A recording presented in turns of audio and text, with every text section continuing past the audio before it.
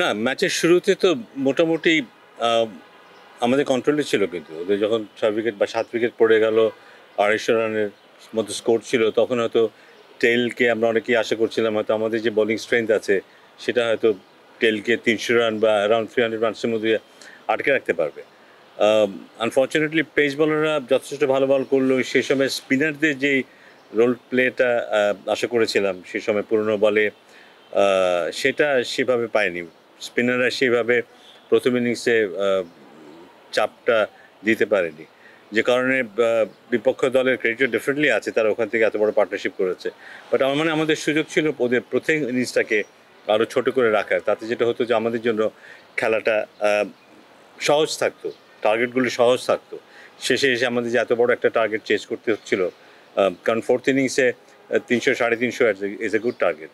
তো সেটা করতে হতো না আমাদেরকে, এবং ওয়েস্ট ইন্ডিজও তুলনামূলক আরও অনেক চাপে থাকতো। নগদের সর্বোচ্চ বার ১৬৭ টাকা রিচার্জে পাবেন ১,০০,০০০ টাকা পুরস্কার। আরও আছে প্রতি সপ্তাহে পুরস্কার ও ক্যাশব্যাক। উইকেট ডেফিনেটলি উইকেটটা পেস বোলাররা কিন্তু সাহায্য পেয়েছে, মোটামুটি লম্বা সময় সাহায্য পেয়েছে। দ্বিতীয় ইনিংসে আমরা দেখেছি উইকেটে অফ দ্য উইকেট বল সিম করছে। আহ, সেই সেই ইয়েতে ব্যাটিং করাটা যে খুব সহজ ছিল তা নয়, কিন্তু আমার মনে হয় যে আমাদের টপ অর্ডার ব্যাটিং যেভাবে ফেল করছে, ওখানে আমি জানি না এখন যারা আছে সেখানে রিপ্লেস করার মতো তারা কী অবস্থায় আছে, সেই চ্যালেঞ্জটা নিতে পারবে কি না ম্যানেজমেন্ট দল পরিবর্তনের ক্ষেত্রে। But at the same time একটা টেস্ট ম্যাচ খেলানোর পরেই দল পরিবর্তন আনাটাও খুব খুব সুখকর না কিন্তু। সো আমরা এমন একটা জায়গায় আছি, মনে হতে পারে যে চেঞ্জটা বোধহয় করা খুব দরকার।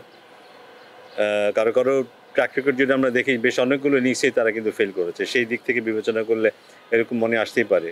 বাট পাশাপাশি এটা মনে হতে পারে যে নতুন যাকে দেব, সেই যে ভালো করবে তার কি গ্যারান্টি আছে? সে তো খেলছে না, কয়েকদিন ধরেই খেলছে না, অনেক ম্যাচই খেলছে না।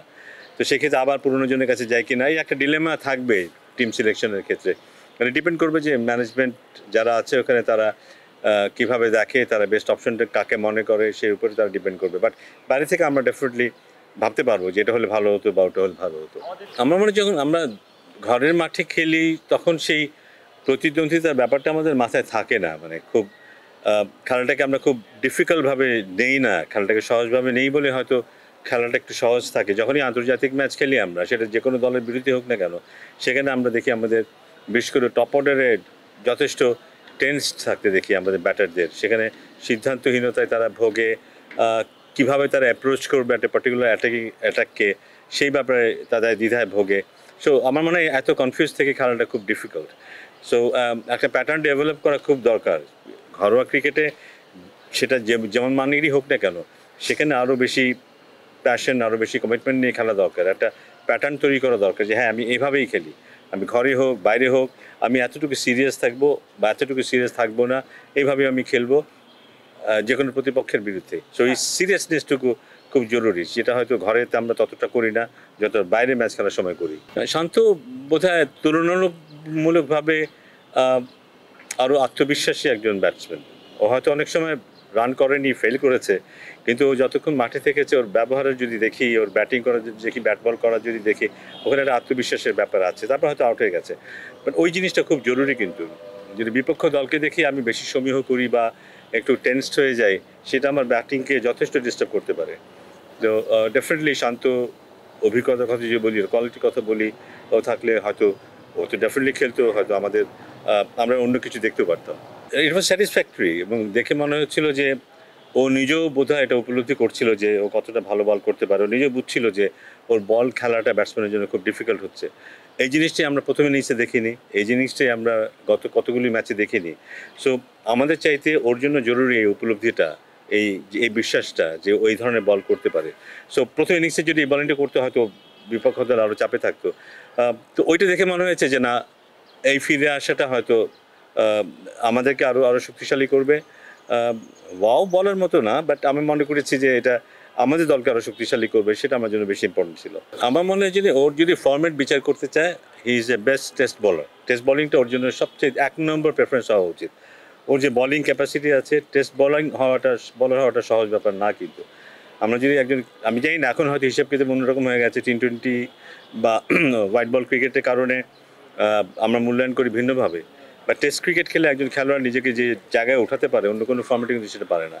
সো আমার মনে হয় এই 6 উইকেট ও নিজেও রিয়েলাইজ করবে যে হাউ ইম্পর্টেন্ট ইট ইজ, এবং এটা ওকে বিশ্বের মানচিত্রে অ্যাজ এ বোলার কোন জায়গাটা উঠিয়ে নিয়ে গেছে সেটা ও নিজে উপলব্ধি করবে।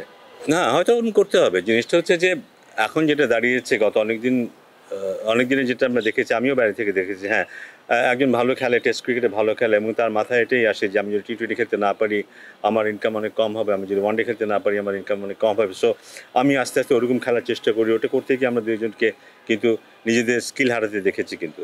সো আমার মানে এগুলি অ্যাড্রেস করতে হবে আমাদেরকে আরও সিরিয়াস হতে হবে ইন টার্মস অফ আইডেন্টিফাইং যে কে কোনটার জন্য যোগ্য, সে যেন সেটাই সেই জন্য সেই দিকে যেন তার মনোযোগ থাকে এবং এটা একটা প্রফেশনাল দৃষ্টিভঙ্গি থাকা দরকার। আমরা অনেক সময় যে ছেলেটা ভালো টেস্ট খেলে তাকে অনেক সময় উৎসাহিত করি, ওভাবে খেলো, তাতে টি-20তে চান্স পাবে, এখানেও চান্স পাবে, ওখানেও চান্স পাবে। আমার মনে হয় এটা বোধহয় ঠিক না। এটা প্লেয়ারকে বুঝতে হবে, ম্যানেজমেন্টকে বুঝতে হবে, সংগঠকদের বুঝতে হবে যে এই খেলোয়াড় এটার জন্য উপযোগী, তাকে এটার মধ্যে সীমাবদ্ধ থাকতে হবে। দু একজন খেলোয়াড় থাকবেই যারা হয়তো 3টে ফর্মেটে খেলবে, কিন্তু ভবিষ্যতে কিন্তু 3 ফর্মেটে খেলোয়াড় কমে যাবে কিন্তু, হয়তো ম্যাক্সিমাম 2টো ফর্মেটে খেলতে পারবে।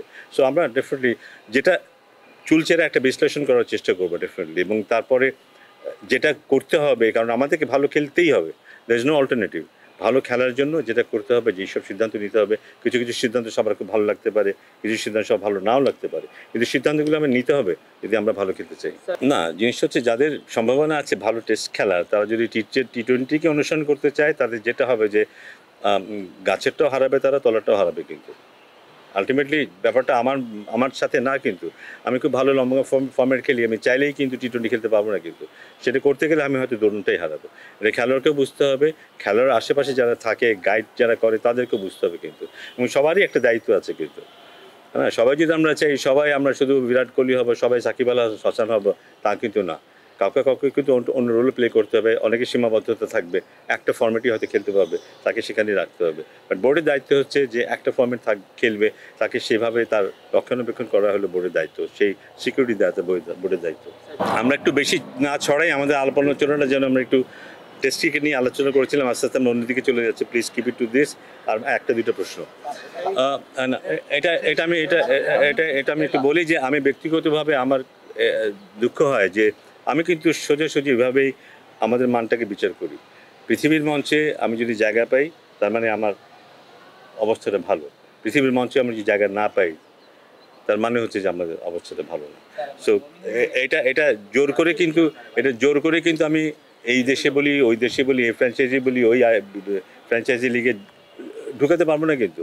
যোগ্যতা থাকলে ঢুকতে পারবে। আমাদেরও সুযোগ ছিল, কেউ কিন্তু গত বছর বা তার আগের বছর কিন্তু কয়েকজন পেস বলারের জায়গা হচ্ছিল বা হওয়ার সুযোগ তৈরি হয়েছিল, কিন্তু সেটাকে আমরা কাজে লাগাতে পারিনি।